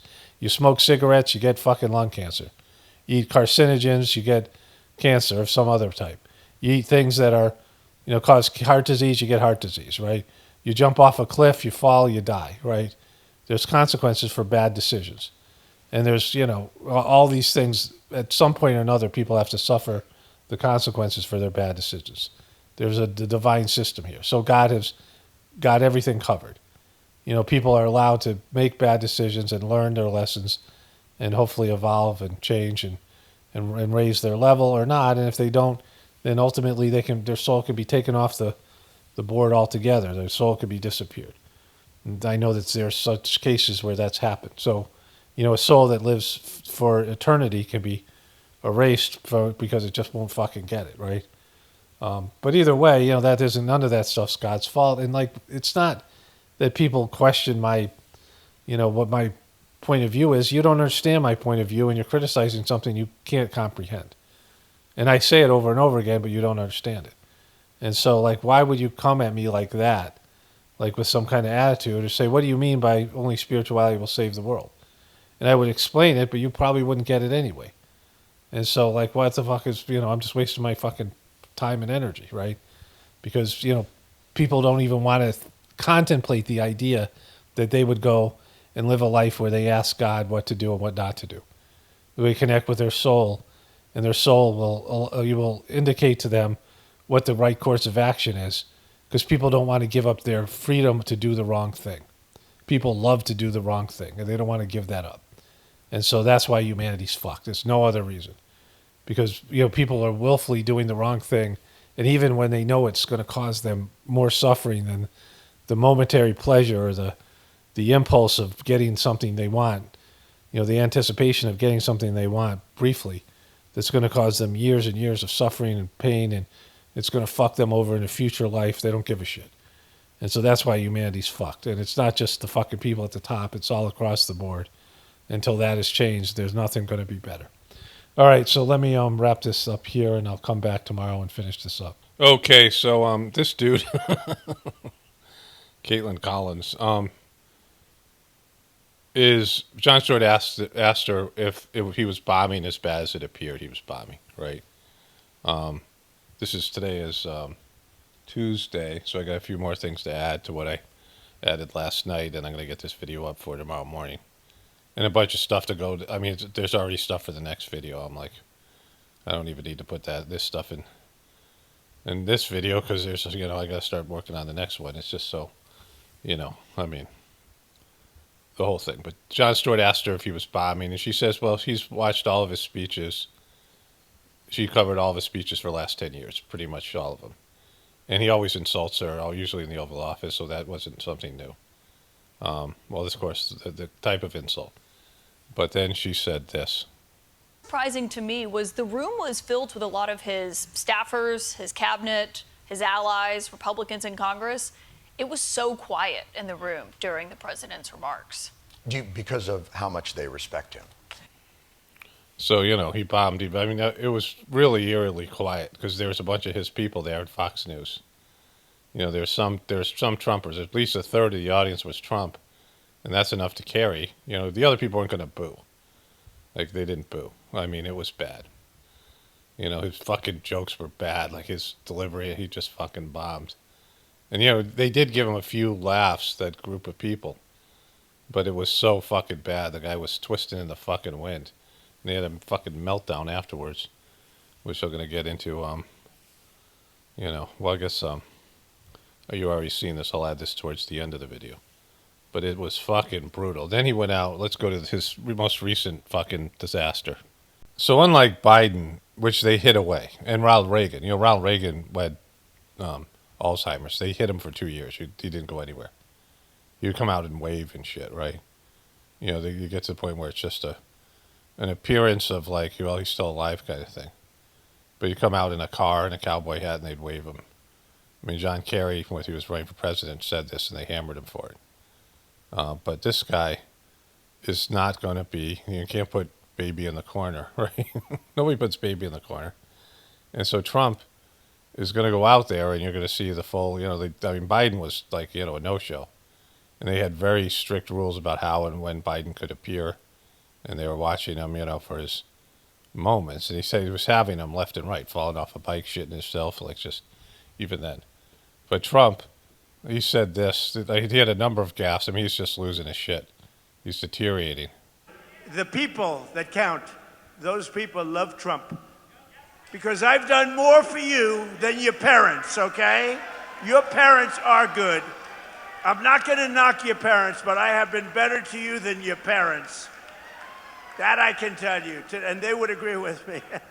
Wherever they may be, they would agree. Holy shit, right? So, honor thy father and mother, like this whole thing. But you can never do more than your parents as a fucking politician. What are you talking about? You've looted their future. You've looted it. You fucked them. But even if you were the greatest president and you really set up everybody for the future, did you breastfeed your kids for 2 years? Did you wipe their asses and feed them? And what the fuck?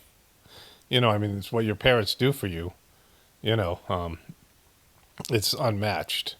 Even if you have shitty parents, like if they keep you alive, it's just a spectrum. But your parents feed and clothe you, give you a place to live, and whatever it might be. Even the worst parents are, they keep you alive and whatever it is, depending on, there's different levels of being parents. But, and these Republican people, for him to come out and say, I do more for you than your fucking parents, he's lost his shit, right?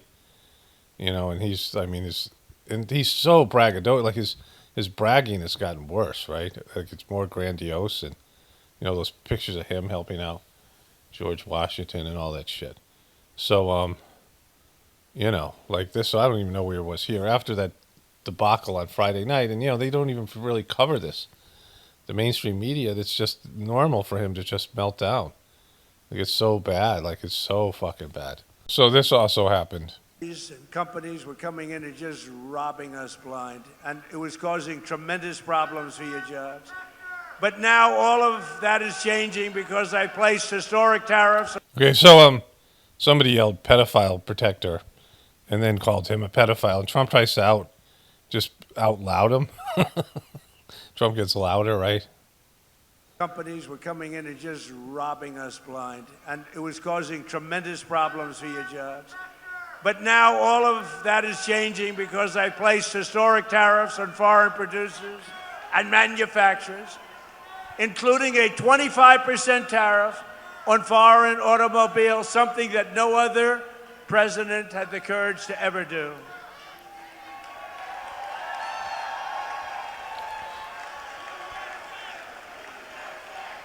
So wait here.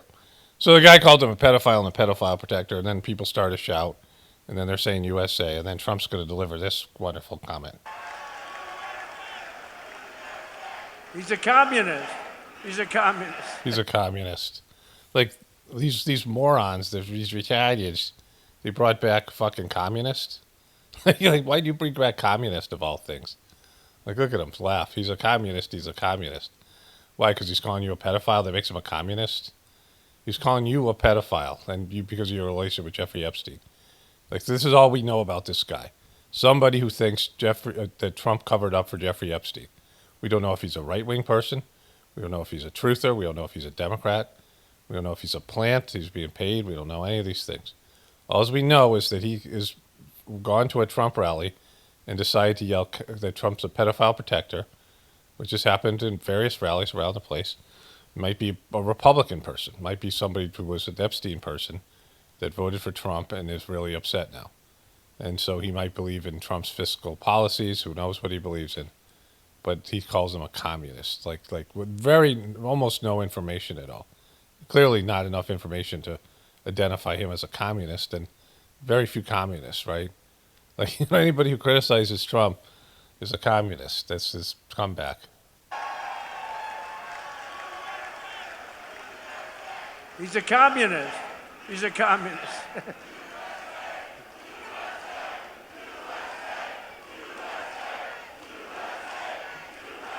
Thank you. He's a communist. We're running against communists. Now, this is great. What? Exactly. Fucking. I mean, that's what he's been reduced to, and his dumb fuck people. Like, at some point, you got to realize this guy is a fucking gone. He should have zero support. There should be nobody. I'll talk about this at the end of the video. I got a voiceover to post-gathering thing I want to talk about. But to come out and call him a fucking communist. Like, anybody who's against Trump is a communist. That's, like, fucking really scary, right? Like, that, you know, that level of anti-communist stuff that was, like, they were locking up people. Like, communists were going to take over the government. There was, like, this whole kind of thing. They were, you know, it was a constitutional crisis. And the Communist Party was not moving anywhere. Americans weren't going to be communists. You know, Americans like capitalism. They didn't want to have what the communists were offering. It was like not even a fringe. The communists never gained any. There was never any real threat of communism coming into America. Like, we're the opposite of that, and been, you know, indoctrinated into a capitalist, egotistical, you know, me first kind of mentality, competition and personal, you know, freedoms and things. And communism was never going to take hold here. And so, you know, to call people that are coming after you as a communist, you know, growing up when Trump grew up, right, when the communists were being, you know, it was like a whole thing. Where, like, if you got accused of being a communist, your life was ruined. If you were like a professor somewhere or some person, you know, that being a communist identified by the FBI it was like deep state shit, right? You know, to get accused of being a communist, like people were fucking, they were like being locked up and their careers were wrecked. I mean, like being identified as a communist, it was like some kind of secret thing you had to be. And so, you know, for him to come out and say shit like that because people are calling him a fucking pedophile, he's running against communists. What's going on? But we're going to win very big. No, I didn't even hear the guy. I think. You didn't even hear the guy? Fuck you. We heard you get louder, you lying piece of shit. Because you want to hear. Why don't you say what he said? Somebody should come up there. Yeah, I called you a pedophile protector and a pedophile. Okay, so let's go backwards here because let's listen to what he said here. We're running against communists. Now, this is great. What's going on? But we're going to win very big. No, I didn't even hear the guy. I think. Yeah, you did. Because here you started talking louder. Robbing us blind. And it was causing tremendous problems for your jobs. But now all of that is changing because I placed historic tariffs on foreign producers and manufacturers. Yeah, you started talking louder. And then right here.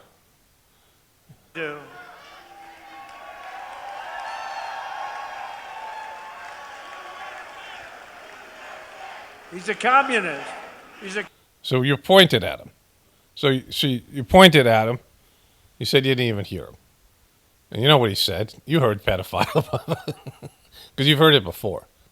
Like you've heard people yell this at you. This isn't the first time people have yelled pedophile protector and pedophile.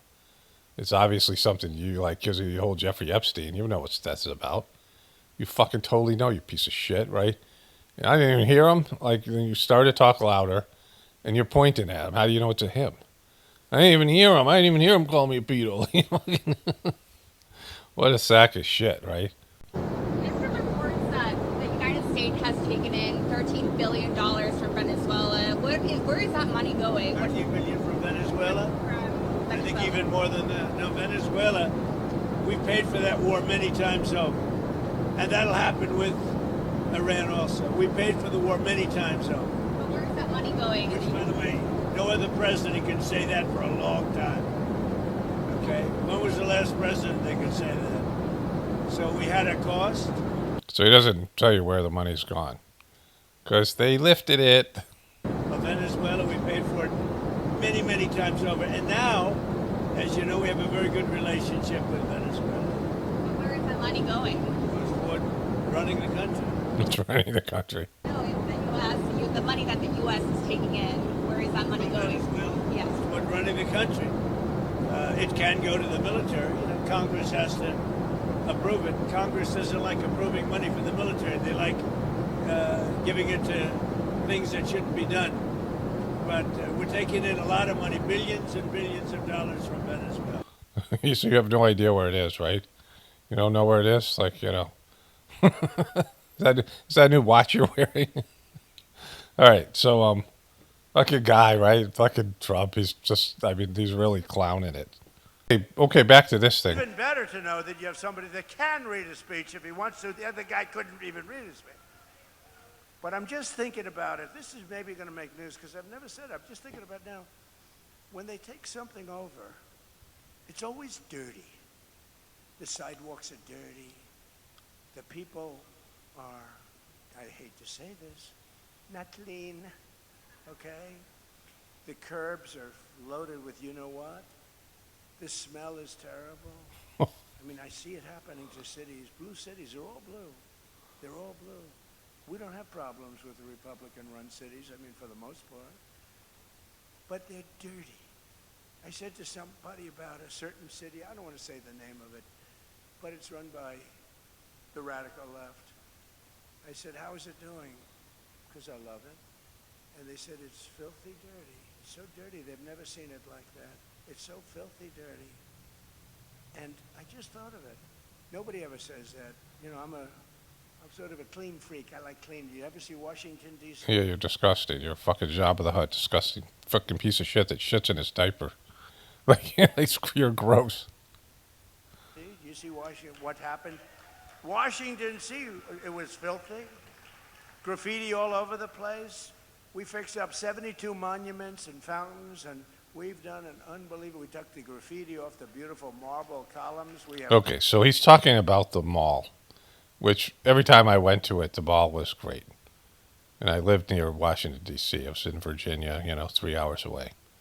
And flew out of there, went there, probably over a period of I don't know how many years. Went there maybe 10 times or whatever. Stayed there for a while. When my van broke down, my family went back by, I don't know what it was, like bus or train, and I had to get the van fixed, and I stayed at some people who did the meditation's house for 3 days, and then drove back. And, it's the Washington, D.C. Mall. Then there's the rest of Washington. And there's the lobbyist part. There's really rich areas in Washington, D.C. where lobbyists live because the Beltway's a nightmare. They have all these cities have a loop around them. Like you go to any big city, they have a loop around them.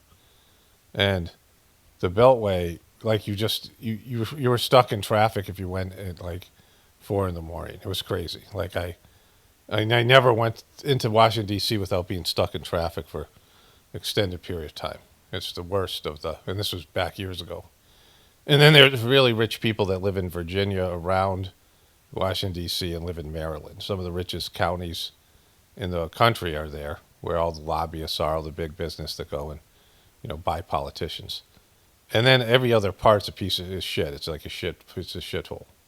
There's all this like poverty and degradation and slums. So you kind of bypass that part. But like if you go out too far from the area right around the White House and where the government is, it's a shithole. And like he's not, what they've done is just wall that off. They didn't fix that shit, right? Like, the slum area. And so he's talking about, maybe he's put some energy into these monuments, the fucking reflecting pool and things. But those places, for the most part, are kept nice. Because there's tourists from all over the world, right? You see people from all over the world go to Washington, D.C. It's a tour, they have these free museums and a free zoo and all this stuff. It's just, amazing place for tourists. But anyways, so he's talking about shithole cities. The Republican ones are just as bad or worse. There's not that many of them. Republican states. I mean, usually the city themselves is Democrat. There's big cities, but that's, whether it's Democrat or Republican, there's just a lot of poverty and a lot of homelessness. And I've been to plenty of places that are, right-wing towns and things that are run down. Well, there's a lot of fucking degradation, like run by Republican people. Republican states with Republican towns that are fucking shitty. Like and I've driven through areas that are Republican run. Like he's making it sound like, there's just, when there's a lot of looting and wealthy people, then people go into poverty and there's all the drug use that goes on because, they're trying to depopulate. And there's just a lot of people. You go to Walmart, this whole thing, I'm going to talk about this at the end of the video. It's just a lot of degradation. All right, so this was going to be a late edition, but I'm going to put this in somewhere. It's the last thing I'm going to add. Look at fucking Fish Boy right here. Look at fucking Fish Boy. Got to stick that picture in somewhere as well. So Trump goes off on affordability again. Here we go. It all started, I won the election. We won in a landslide, by the way, and won this state so big. We all fucking know how to just decipher that for ourselves. Certainly us here, and most people can understand what a landslide is and what isn't. But that is whatever it is. There's always a hard state. I don't know why it's hard to win, but it seems to be for Republicans. But it probably won't be anymore. We have great candidates. But it's really amazing. They always try and blame me for high prices. I have my first news conference. I win. I have a news conference like a day later. And I say, any questions? Why are prices so high? You have to understand, I just got there. They say eggs. I remember eggs.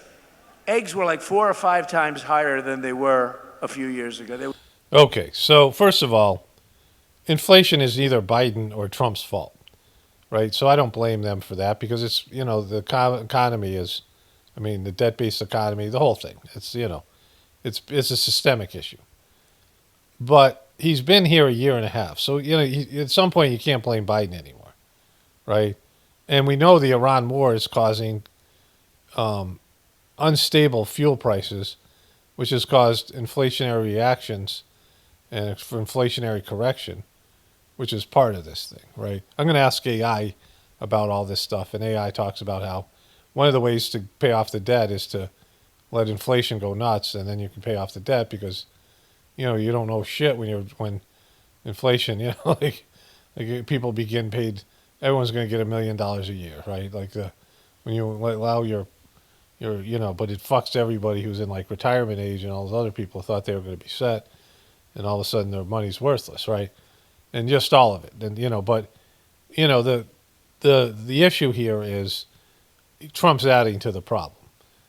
Trump is adding to gas prices because of the Iran war, which is a war for Israel. And, everyone now 80% of people know that, right? You couldn't get eggs.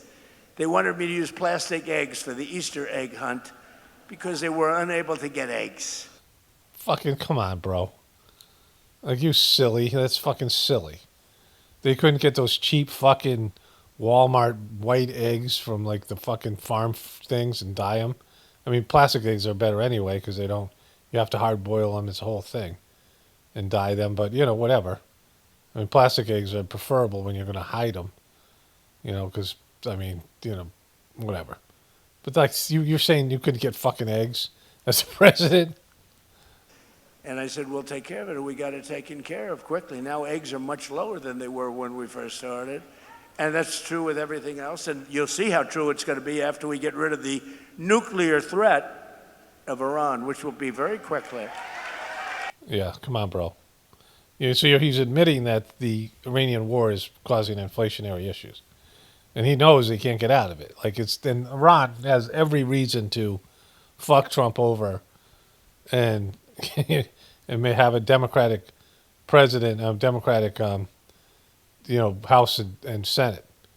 Because, like, when he gets rolled in the midterm, he'll be distant, his nose will be cut off. And he'll be out there with this fucking war that everyone knows got to end. And he'll be in a totally weakened position. And there'll be so much animosity towards Israel.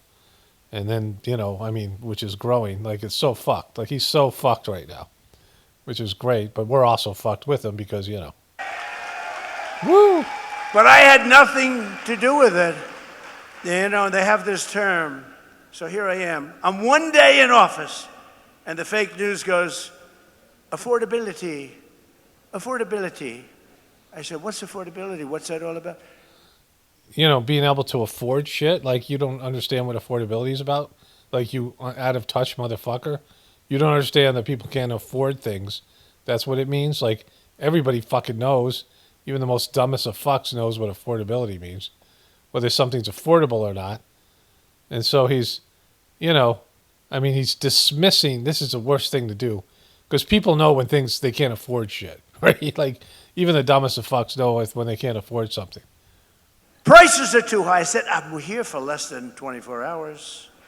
But we've brought down prices. Last week it was announced that inflation's gone down faster than at any time in the last 6 years. Yeah, but people know that's not true. People know that fucking isn't true for them. You're taking care of your rich Wall Street buddies and your family, and they're making billions, and everyone else is getting fucked. And even if they're making more money, the dollar of the value is being devalued, and so it's, you know, it's shrinking. And so they know with prices going up, no matter how much they have, especially like retired people, like I said.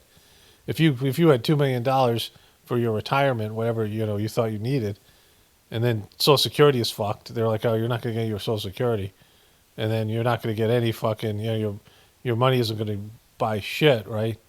You know, and you've been vaxxed, so your body's all fucked up, right?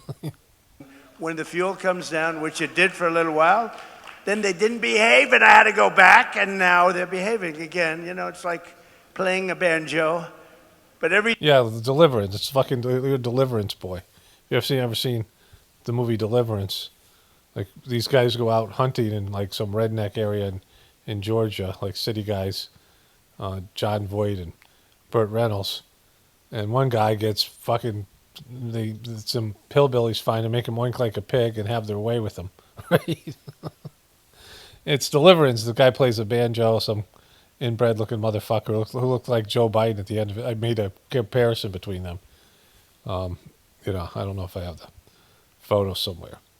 But, you know, it's Deliverance. Okay, so this is the Calvary Christian Good Things Conference, and it's featuring women. Carrie Prejean was there, who now is, I think, against Erika Kirk. She's certainly against the Israeli, whatever. I don't know who Mitchell Randolph is, and the other one was Erika Kirk. This is from 2021. So I don't think she was with Charlie till I think she came into his life like 4 years ago. So this is like maybe, but I guess her name was Erika Kirk. So at the time, she had just married him. Maybe they were just married, and they don't have the Erika Franze Kirk, so, you know, she was still sporting her name. So this is like early marriage with her, right? And I don't know if they've edited this, but if this is true, I can't find the whole video to see if this is actual true, but apparently this is comes from My Big Fat Greek Wedding. Man is the head, but the woman is the neck. I think she's doing a Greek accent. And the neck can make the head move whatever way she wants. And I just was like, exactly. All right. So, you know, what the fuck, right? I mean, this has a lot of implications. So first, the Calvary Christian thing is infiltrated into Charlie Kirk. And so, you know, it's a fucked up thing. And, you know, a lot of these guys that are in there are from that. So they started to bring Charlie Kirk in that direction. They took hold of the, you know, there's all this stuff. Candace Owens has all these accusations against the Calvary Christian stuff. But for her to mention the neck, like she's Charlie's neck, right, where he got shot, like, and also she's his handler in this whole thing. So, you know, I don't know where the entire conference is. I don't know if this is, but she was doing that accent from My Greek Wedding. So whatever, My Big Fat Greek Wedding. So like this is, she's just so fucking weird. Okay, so I went and asked Gemini, AI Gemini, Google Gemini, and I went to ask ChatGPT and Claudebot and Grok, and all of them wanted me to sign up for something, right? ChatGPT wanted me to pay for it. The other two wanted my email address, which I didn't really want to get into. I don't know what other search engines there are out there that are AI generated. Those are the big ones that I know about. And Gemini gave me a bullshit answer. So the question that I asked was this. Given Americans' debt situation, where we're close to $40 trillion in debt and have an annual budget of $8 trillion, not including unfunded liabilities, and income of $5 trillion in taxes every year, it seems like there's no possible way to rectify our financial situation. What is even more concerning is the people. People of America are very low functioning, getting worse with every generation, more and more depressed, the youth getting worse over time, a sense of overall hopelessness, of no real future, each generation getting more and more addicted to technology and drifting into the cyber world. Detaching themselves from the real world, people are unhealthy, obese, and walking around like zombies, eating foods that are filled with carcinogens and heart disease. Our politicians are getting worse and worse and more corrupt, losing what's left of American wealth. Spiritually, people are more and more disconnected from God. Our religions are more and more corrupt and leading people astray. On every level, human beings are degrading and our system is imploding. And we are more and more helpless and dependent on external technology to do our thinking and making decisions for us, given all these circumstances. There seems to be no way out in terms of reversing these tendencies.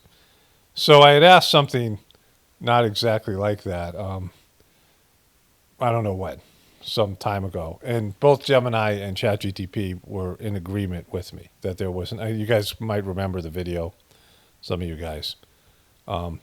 So I couldn't even ask the other search engines without signing up for something, which, you know.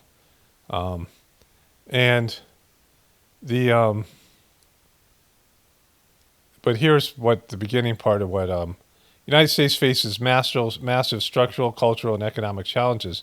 But historians, economists, and sociologists point to specific, realistic mechanism that societies use to reverse system decline, which, you know, they've never worked, right? They've never fucking worked. Because where are all those empires now, right? I mean, the British Empire certainly isn't what it was. And, you know, it's a small country and there's been ups and downs there. But the extension of the British Empire is America. And all these European empires, Europe is in complete decline. And they're not bouncing fucking back. Just in terms of their birth rates, right? There's like whatever that is. But all the other empires have crumbled. We have what's left of the British Empire here in America. And that's going to crumble. But every other empire before it's crumbled. Like we've seen these, you know, I mean, the Roman Empire, the various empires of the, Genghis Khan and all these people. There's an Indian Empire, there's Ottoman Empire, there's all these various empires, and they've all collapsed in recent history. And then before that, there's been, just ruins found. Where are all those empires now? They all collapsed. And so, let me just do a follow-up here. Okay, so I quoted Gemini back to itself, but historians, economists, and sociologists point to specific realistic mechanisms that society use to reverse systemic decline. And I wrote, "What are you talking about? Where are all those empires today? People have survived, but empires and kingdoms always collapse." You were completely right about the political entities themselves. No empire lasts forever. Every single empire, kingdom, and superpower in human history has eventually collapsed, fractured, or faded into irrelevance. The political structure called the Roman Empire or the Ottoman Empire is gone. When historians and sociologists talk about societies reversing decline, they're not talking about preserving a specific government forever. They're talking about how do people, cultural and core, survive the crash, adapt, and build the next iteration. Yeah, that's what I'm talking about. That's a pocket of the future. And so, but it went through all these things about how, well, all the various points that I made.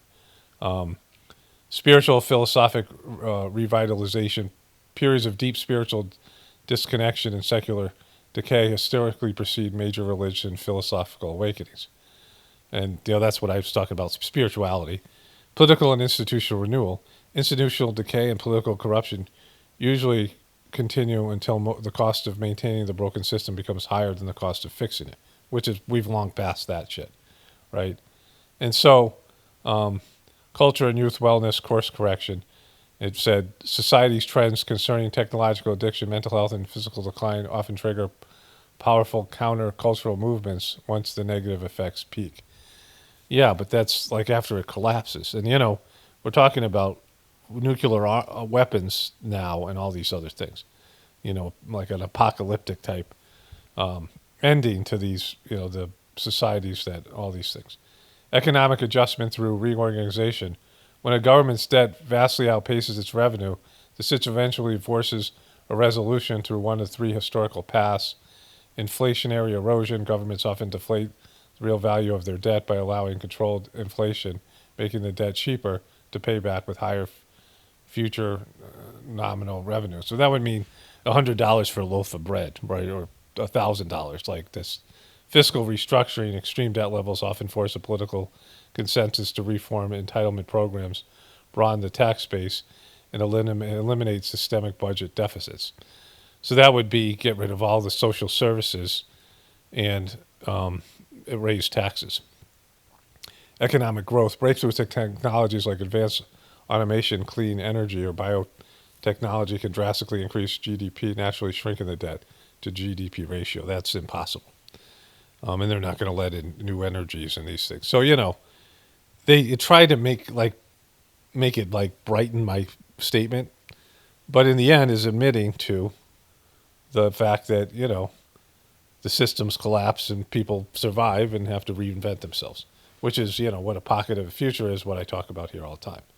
And so deep down, all these AIs are black-pilled. I mean, they were even more black-pilled before. They're now, they've been reprogrammed to be more hopeful because they don't want to have widespread panic. And even with it, people aren't going to move even with the writing on the fucking wall, right? And so, I was going to do a separate audio for my, reflections on the gathering, but I'll just include both of these and I'll put them up for my, gratefulness meditation people, as well as the end of this video.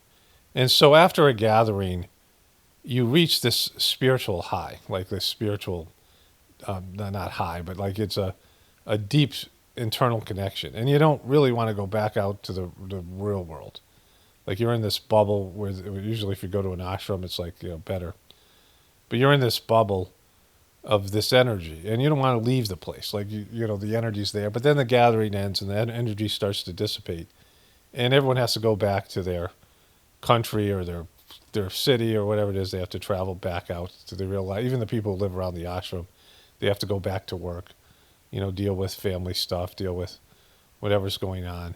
And, you get so internalized, you just want to stare at the wall. Like you just don't even want to deal with anything. You're like hypersensitive to stuff, like in a good way. And like just, but you feel things at a deeper level. And you just want to stay in that place. But like you get pulled back out to your life, which is, part of the Sajmark system. You just can't withdraw from, material life, right? So you have to go back out to the world. And I, immediately got sort of, I mean, like just there was some stuff that went on, and then I just, I feel you try to hang on to your spiritual condition as long as possible, but I feel like I kind of got jolted back into, mundane material stuff, which kind of bummed me out. I was like, I don't know. It was just kind of a bummer. My wife and I were also in this public place where people were just so degraded. We were just in this, we were looking at the people, and they were like, oh my God, I don't know if it's vax injury or just, just people have gone off the cliff, like even worse. I mean, if you go to Walmarts and you go to these places, and, this one was specifically bad, but like it's just, and people were just eating, gorging themselves on shitty foods. You could see it. And then just the degradation. At the same time, Trump is just, so like fucking bad. Like he's deteriorating, but he's so narcissistic, and the way he's going out and all the stuff that's happening, like just on a daily basis that I see here. And just the degradation is palpable. Like people are declining, getting stupider, getting more dependent, getting, more unhealthy, getting more disconnected from everything. And you just see the degradation. Like, right now it's like a mercy killing. Like it's just, it's like the kind of thing, if it was a dog, you put it to sleep kind of thing, right? Like it's just, the way, our society and the people in it, like it's just at this point, it just keeps on going downhill. And, I just got a big dose of it post-gathering. And, I have to, I make these videos that I usually feel disconnected from the stuff. But, it's concerning just from the, every possible way that word could be used. Like it's just bad. It's just nice to take a break from it. And I, I was working during the thing and whatever, but I just, the depravity is more palpable. So then I got a couple comments today. There was somebody who wrote, to my Americans turn on promised land, Trump says smart people want, whatever those things, data centers. And somebody wrote, what the fuck are you talking about? So you want me to explain my videos to you? Either I'm talking gibberish and it doesn't make sense, and it's, the sentences and the words don't form coherent thoughts, or you're a dumb fuck, right? Like maybe, like it's if you're asking what the fuck you're talking about, then somebody either is way smarter than you, or they're just talking gibberish. Like they don't make any sense at all. But if the words like actually make sense to other people, the sentences and the ideas, because you're communicating ideas. And so if you can't understand my ideas, and they're not fucking rocket science, maybe you're a dumb fuck. Like, just, what's that? You just might be a redneck. You just might be a dumb fuck. If you ask questions, hey, what the fuck are you talking about all the time? You might be a dumb fuck. So that's pretty funny. And then somebody wrote, Trump has Biden-like meltdown at White House Correspondents' Dinner. 3 minutes in, and you said nothing. Out of here. Well, I think that's best for everybody. And then this last one. Why the Isaac Cappy hate? Obviously, he was wrong about QAnon, which was obviously always a psyop, but still, I don't think that makes him a piece of shit. I guess I called him a piece of shit. He risked everything to tell us what was going on and paid the ultimate price. No, he didn't do that. Like, stop with that bullshit. Like, the powers that be have not had to kill any truther. Like, they haven't, there was Chris Cooper's thing that happened years ago. Maybe that one. Like, I didn't know that guy, and whatever. And he got in some conflict, the CIA killed him, and Alex Jones took his persona. Like, that guy, I don't know. Like, something like that. But for the most part, they have realized the truth community, they've used the truth community to push their agenda, right? They found a way to weaponize the truth community against itself, right? You guys realize that's happened? And QAnon was a big part of it. And Isaac Cappy wasn't about telling everyone this truth, and he was risking everything for everybody. He was a Hollywood loser who played a pedophile. He said his favorite role, you can watch he killed some girl outside a church, like a D-level movie. And he has this weird conversation with the girl. And he said that was his favorite role, when he said his pedo role. He played a pedo because he was creepy as fuck. Isaac Cappy was, hanging out with celebrities and Hollywood people. And then he started to make truther videos, and he found that he had an audience, and he was like holding court. And he would say very, fucking outlandish non-truther things. Like he'd said Tom Hanks is a pedo and Steven Spielberg is a pedo, but provided no evidence. And it just fed into the whole QAnon bullshit stuff. Like he was like a part of Q. And then he flamed out, and I don't know what happened to him. But it wasn't because he was such a threat. Like he was basking in he rose to the top of the truth community in terms of views and, and he was just spouting bullshit, right? And it's, and receiving something. Like getting people to listen to him. Like there's people who really need to be, they're empty inside. Like Madonna, like I talk about Madam Expiration Date. And he was one of them. And so, he didn't sacrifice anything, and he hurt the truth community. And he was just, but other than that, he was just a piece of shit. He was putting out disinformation. He wrecked, he helped wreck the truth community, along with QAnon and any of these celebrities that came in, especially celebrities who've been rejected by Hollywood, like they're already fucked by Hollywood, and then they come in, and that's happened a number of times, and they immediately rise to the top because dumb fucks think the success in the material world, and even pseudo-success, just if you're a little bit famous, they can't wait for someone famous to tell them, yeah, you're right about stuff. They can't wait for someone famous to agree with them. And so they go running to these people who are often, they're either grifting and they're in some way they're not honest and true people. We saw this, they're parasitic, right? They're parasiting off of the truth community because they got rejected by Hollywood and they, whatever it was, right? So we've seen this. And some politicians and people who, they get rejected and then they come out and they try to find an audience and, and use that audience to milk them for money or whatever it is, or they're just disinformation agents. And so they're pieces of shit, right? And, I shouldn't have to explain this to people. Like, either people are doing this because, some part of you has to be trying to process this and you're looking for camaraderie or something. Like you see things and you're looking for other people, and you might not have it with your family or people in your social circle. So you find people on the internet that are seeing things the way you're seeing them, and you express these things, and it's a way for you to to find some sense of like, yeah, I'm not crazy, like because you're being told you're crazy all the time by the system, like everything's fine, everything's great. Even like thing I just showed you with Chat GTP or Gemini, trying to minimize the apocalyptic nature, because this was from that earlier thing. This young lady was asked some AI bot or some AI program what they don't tell people and what they're not supposed to tell people, and it's basically saying the system's going to collapse, right? I think everyone sees the system's going to collapse, and so you think that would make people do something different.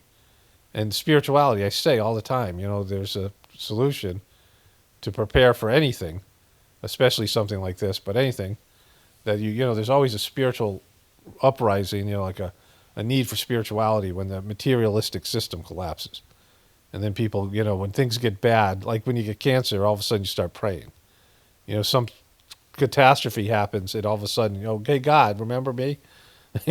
I haven't talked to you or thought about you in a while. And so nothing drives people more to connect to God than, collapse of a civilization and, the breakdown of their society. And I say this all the time, why not get in there early and go higher, like beyond the bullshit religions and all these other things. And, nobody listens. It's just there's a few people that do the meditation. It's just like, I'm supposed to be doing this, but from my standpoint, there's not much of a return on my energy and time I've put into this. It's not for me. The results are not mine. You do the work that God assigns you, and that's what's kept me going. And not look at the results, because the results aren't there for you to see. The results are, the work is yours and the results are God's, is a Sajmark philosophy and teaching. But anyways, if I really looked into it, I would get bummed out. It's just, humanity isn't responding. And I don't give a shit. We could be wiped out tomorrow, and it wouldn't be hard for me to accept on a soul level. For anybody on a soul level, because when you're a soul, you're not a human being. You lived a life as a human being, and there's maybe some, affinity, a connection on a soul level, some familiarity. But your soul isn't a human, right? Your soul isn't, connected to the human race, right? Your soul is the divine essence that, your individual divine essence, right? That's connected to divinity and is eternal. Like, there'll be a time where the human race won't exist or will evolve, and hopefully that's coming now, where the old human race, the way that we are now, is extinct, and we have moved up to a higher level of consciousness. And so that's possible as well. And that's what we hope for. But anyways, that's what's going on with me. So only spirituality will save this world. It's Paramount, definitely point for the apocalypse. And the ascension, and we'll have a blessed day and be grateful.